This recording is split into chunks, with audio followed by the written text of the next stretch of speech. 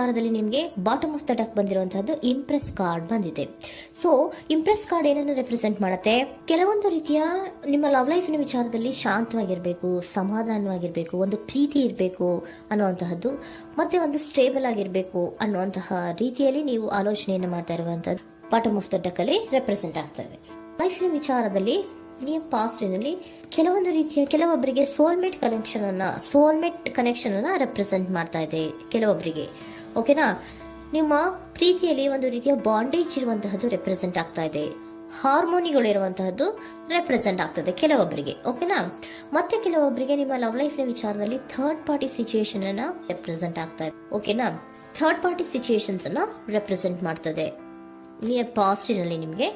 Next card ಬಂದಿರುವಂತಹದ್ದು page of swords ಬಂದಿದೆ. Third card ಬಂದಿರುವಂತಹದ್ದು ಯಾವುದು? ನಿಮಗೆ ಪೇಜ್ ಆಫ್ ಸೋರ್ಟ್ಸ್ ಬಂದಿದೆ. ಸೊ ಕ್ಯೂರಿಯಾಸಿಟಿ ಇದ್ದಂತಹ, ನಿಮ್ಮ ಲವ್ ಲೈಫಿನ ವಿಚಾರದಲ್ಲಿ ಒಂದು ಕ್ಯೂರಿಯಾಸಿಟಿ ಇದ್ದಂತಹ, ಒಂದು ರೀತಿಯ ಬಾಂಡೇಜ್ ಇದ್ದಂತಹ, ಸ್ವಲ್ಪ ನೀವು ಮಾತಾಡಿರುವಂತಹ ಸಾಧ್ಯತೆಗಳು ರೀಸೆಂಟ್ ಪಾಸ್ಟ್ ನಲ್ಲಿ ರೆಪ್ರೆಸೆಂಟ್ ಆಗ್ತಾ ಇದೆ.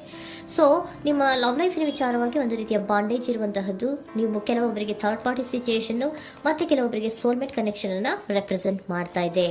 ಮತ್ತೆ ನಿಮ್ಮ ಲವ್ ಲೈಫಿನ ವಿಚಾರದಲ್ಲಿ ನೀವು ಮಾತಾಡಿರುವಂತಹದ್ದು ಕೂಡ ಕೆಲವೊಂದು ರೀತಿಯ ಮಾತುಕತೆಗಳ ಆಡಿರುವಂತಹದ್ದು, ಹೊಸ ಐಡಿಯಾಗಳನ್ನ ಮಾಡಿರುವಂತಹದ್ದು ಇಲ್ಲಿ ರೆಪ್ರೆಸೆಂಟ್ ಆಗ್ತದೆ. ಮೇ ಬಿ ನೀವು ಫ್ರೆಂಡ್ಸ್ ಗಳ ಮೂಲಕ ನೀವು ನಿಮ್ಮ ಪರ್ಸನ್ ಅನ್ನ ಭೇಟಿಯಾಗಿರಬಹುದು.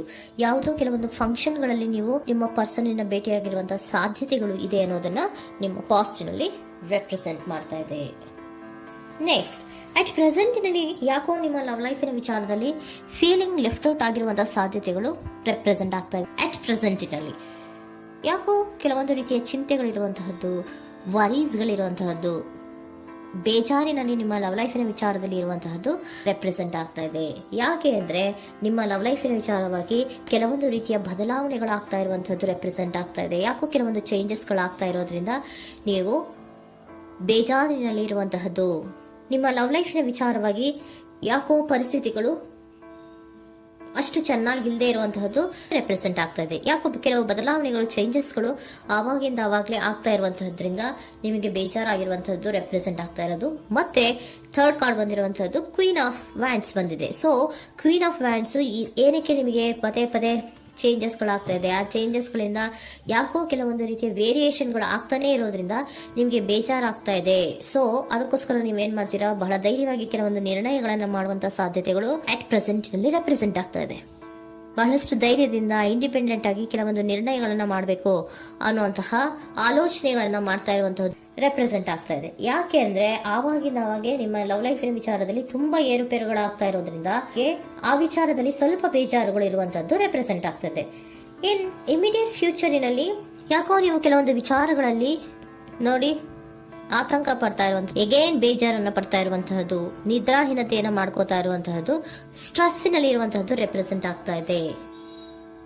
ಕೆಲವೊಂದು ನಿರ್ಣಯಗಳನ್ನು ತಗೊಳ್ಳುವಂತಹ ಸ್ಟ್ರೆಸ್ಗಳಲ್ಲಿ ಇರುವಂತಹದ್ದು ಕೆಲವೊಬ್ಬರಿಗೆ ಯಾಕೋ ಇಮಿಡಿಯೇಟ್ ಫ್ಯೂಚರ್ ನಲ್ಲಿ ಕೂಡ ರೆಪ್ರೆಸೆಂಟ್ ಆಗ್ತಾ ಇದೆ. ಆದ್ರೆ ಇಮಿಡಿಯೇಟ್ ಫ್ಯೂಚರ್ ನಲ್ಲಿ ನೀವು ಏನ್ ಮಾಡ್ಬೇಕಾಗಿತ್ತು? ಸೊ ಕ್ವಿಕ್ ಥಿಂಕಿಂಗ್ ಅನ್ನ ಮಾಡ್ಬೇಕಾಗಿತ್ತು. ಕೆಲವು ವಿಚಾರಗಳ ಬಗ್ಗೆ ನೀವು ಫೋಕಸ್ ಅನ್ನ ಮಾಡ್ಬೇಕಾಗಿತ್ತು. ಏನಾಗ್ತಾ ಇದೆ ನಮ್ಮ ಲವ್ ಲೈಫಿನ ವಿಚಾರದಲ್ಲಿ ಅನ್ನೋದನ್ನ ಫೋಕಸ್ ಅನ್ನ ಮಾಡಿದ್ರೆ ನಿಮ್ಮ ಲವ್ ಲೈಫಿನ ವಿಚಾರದಲ್ಲಿ ಕೆಲವೊಂದು ರೀತಿಯ ಫುಲ್ಫಿಲ್ಮೆಂಟ್ಗಳು, ಸಮಾಧಾನಗಳು, ಖುಷಿಗಳು ಇರುತ್ತೆ.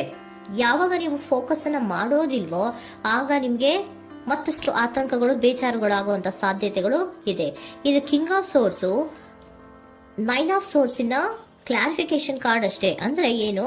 ನೀವು ಕೆಲವೊಂದು ವಿಚಾರಗಳಲ್ಲಿ ಫೋಕಸ್ ಅನ್ನ ಮಾಡಬೇಕು. ಲವ್ ಲೈಫಿನ ವಿಚಾರಗಳಲ್ಲಿ ಫೋಕಸ್ ಅನ್ನ ಮಾಡಿ ಕೆಲವೊಂದು ರೀತಿಯ ಆಕ್ಷನ್ಸ್ ಗಳನ್ನ ತಗೊಂಡ್ರೆ ಫುಲ್ಫಿಲ್ಮೆಂಟ್ ಗಳಾಗುವಂತಹ, ಸಮಾಧಾನಗಳಾಗುವಂತಹ, ಖುಷಿಗಳಾಗುವಂತಹ ಸಾಧ್ಯತೆಗಳು ಇದೆ. ಕರೆಕ್ಟ್ ಆಗಿ ಮಾತಾಡಬೇಕು. ಏನ್ ಮಾತಾಡಬೇಕು ನಿಮ್ಮ ಲವ್ ಲೈಫಿನ ವಿಚಾರವಾಗಿ ಕರೆಕ್ಟ್ ಆಗಿ ಮಾತಾಡಿ ಕೆಲವೊಂದು ರೀತಿಯ ಕ್ಲಿಯರ್ ಥಿಂಕಿಂಗ್ ಅನ್ನ ಮಾಡಿ ಕ್ವಿಕ್ ಆಕ್ಷನ್ಸ್ ಅನ್ನ ತಗೊಳ್ಳುವಂತಹದ್ದು ರೆಪ್ರೆಸೆಂಟ್ ಆಗ್ತಾ ಇದೆ. ಓಕೆನಾ? ಇದಿಷ್ಟು ನಿಮ್ಮ ಕಾರ್ಡ್ಸ್ನ ರೀಡಿಂಗು. ನೆಕ್ಸ್ಟ್, ಏಂಜಲ್ ಗೈಡೆನ್ಸ್ ನಿಮ್ಗೆ ಏನ್ ಹೇಳ್ತಾ ಇದ್ದಾರೆ ಅನ್ನೋದನ್ನ ನೋಡೋಣ. ನಿಮ್ಮ ಲವ್ ಲೈಫಿನ ವಿಚಾರವಾಗಿ ಏಂಜಲ್ ಗೈಡೆನ್ಸ್ ಏನ್ ಕೊಡ್ತಾ ಇದ್ದಾರೆ? ವೇಟ್ ಅಂತ ಹೇಳ್ತಾ ಇದ್ದಾರೆ. ಸ್ವಲ್ಪ ತಾಳ್ಮೆಯಿಂದ ಇರೋ. ಅವಸರದಲ್ಲಿ ಯಾವ ನಿರ್ಧಾರವನ್ನ ಕೂಡ ಮಾಡಬೇಡ ಅನ್ನೋದನ್ನ ಏಂಜಲ್ ಗೈಡೆನ್ಸ್ ಕೊಡ್ತಾ ಇದ್ದಾರೆ. It's up to you. ಇದು ಎಲ್ಲ ನಿನಗೆ ಬಿಟ್ಟಿರುವಂತಹದ್ದು. ಬೇಗ ಬೇಗ ಕೆಲವೊಂದು ನಿರ್ಧಾರಗಳನ್ನ ಕ್ವಿಕ್ ಥಿಂಕಿಂಗ್ ಅನ್ನ ಮಾಡಿದ್ರು ಕರೆಕ್ಟ್ ಆಗಿ ಕ್ಲಿಯರ್ ಥಿಂಕಿಂಗ್ ಅನ್ನ ಮಾಡಬೇಕು. ಸೊ ಕ್ಲಿಯರ್ ಥಿಂಕಿಂಗ್ ಅನ್ನ ಮಾಡೋದಕ್ಕೆ ಲವ್ ಲೈಫ್ ನ ವಿಚಾರವಾಗಿ ಸ್ವಲ್ಪ ಟೈಮ್ ಬೇಕಾಗುತ್ತೆ. ಅದಕ್ಕೋಸ್ಕರನೇ ಏಂಜಲ್ ಗೈಡೆನ್ಸ್ ನಿಮ್ಗೆ ಏನ್ ಕೊಡ್ತಾ ಇದಾರೆ, ಸ್ವಲ್ಪ ವೇಟ್ ಮಾಡಿ. It's up to you. ಇದು ನಿಮ್ಗೆ ಬಿಟ್ಟಿರುವಂತಹದ್ದು. ಪರ್ಫೆಕ್ಟ್ ಟೈಮಿಂಗ್, ಕೆಲವೊಂದು ವಿಚಾರಗಳಿಗೆ ಪರ್ಫೆಕ್ಟ್ ಟೈಮಿಂಗ್ ಅನ್ನೋದು ಅಥವಾ ಡಿವೈನ್ ಟೈಮಿಂಗ್ ಅನ್ನೋದು ಬರಬೇಕು. ಆಗ ಕೆಲವೊಂದು ನಿರ್ಣಯಗಳನ್ನ ಮಾಡಬಹುದು. ಸ್ವಲ್ಪ ನೀವು ಈಗ ಯಾವುದೇ ರೀತಿಯ ಅವಸರದ ನಿರ್ಧಾರಗಳನ್ನು ಮಾಡೋದು ಬೇಡ ಅಂತ ಹೇಳ್ತಾ ಇದ್ದಾರೆ. ಓಕೆ, ಸರೆಂಡರ್ ಕಾರ್ಡ್ ಏನ್ ಹೇಳ್ತಾ ಇದ್ದಾರೆ ಅನ್ನೋದನ್ನ ನೋಡೋಣ. So surrender, frustration doesn't open any doors.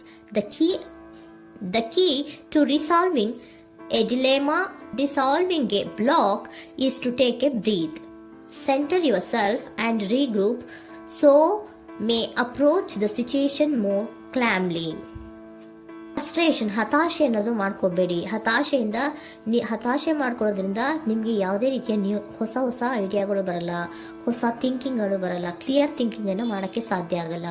So ಅದಕ್ಕೆ ನೀವೇನ್ ಮಾಡ್ಬೇಕು, ಫ್ರಸ್ಟ್ರೇಷನ್ ಅನ್ನ ಬಿಟ್ಬಿಟ್ರೆ ನೀವು ಸಮಾಧಾನವಾಗಿ ಯೋಚನೆ ಮಾಡಿ ಕೆಲವೊಂದು ನಿರ್ಧಾರಗಳನ್ನ ಮಾಡಿ ಅನ್ನೋದನ್ನ ಸರೆಂಡರ್ ಕಾರ್ಡ್ ಕೂಡ ನಿಮ್ಗೆ ಹೇಳ್ತಾ ಇದ್ದಾರೆ. ಸೊ ನಿಮ್ಮ ಲವ್ ಲೈಫಿನ ವಿಚಾರದಲ್ಲಿ ಈಗ ಸ್ವಲ್ಪ ನಿಮಗೆ ಬೇಜಾರುಗಳಿರುವಂತಹದ್ದು, ಕೆಲವೊಂದು ಬದಲಾವಣೆಗಳು, ವೇರಿಯೇಷನ್ಗಳು ಆಗ್ತಾ ಇರುವಂತಹದ್ದು ರೆಪ್ರೆಸೆಂಟ್ ಆಗ್ತಾ ಇದೆ. ಸೊ ನಿಮ್ಮ ಲವ್ ಲೈಫಿನ ವಿಚಾರಕ್ಕೆ ಫ್ಯೂಚರಿನಲ್ಲಿ ಕೆಲವೊಂದು ಆಕ್ಷನ್ಸ್ ಅನ್ನ ತಗೋಬೇಕಾದ್ರೆ ಸ್ವಲ್ಪ ವೇಟ್ ಮಾಡಬೇಕು, ಕ್ಲಿಯರ್ ಆಗಿ ಥಿಂಕ್ ಮಾಡಬೇಕು, ಅದರಲ್ಲಿ ಆಕ್ಷನ್ಸ್ ಅನ್ನ ತಗೋಬೇಕು ಅನ್ನೋದನ್ನ ಹೇಳ್ತಾ ಇದ್ದಾರೆ. ಓಕೆನಾ? ಆಗ ಮಾತ್ರ ನಿಮ್ಗೆ ನಿಮ್ಮ ಎನರ್ಜಿಯಲ್ಲಿ ಏನ್ ಶಾಂತತೆ ಬರಬೇಕು ಅಂತ ಹೇಳ್ತೀರಲ್ಲ, ಆ ಶಾಂತತೆ ಏನ್ ಬರಬೇಕು, ಲವ್ ಲೈಫಿನ ವಿಚಾರವಾಗಿ ಶಾಂತತೆ ಯಾವಾಗ ಬರುತ್ತೆ ಅಂದ್ರೆ ನೀವು ಕ್ಲಿಯರ್ ಥಿಂಕಿಂಗ್ ಅನ್ನ ಮಾಡಿದಾಗ ಮಾತ್ರ ಬರುವಂತಹದ್ದು ಅನ್ನೋದು ಕಾರ್ಡ್ಸ್ ಗಳಲ್ಲಿ ರೆಪ್ರೆಸೆಂಟ್ ಆಗ್ತದೆ.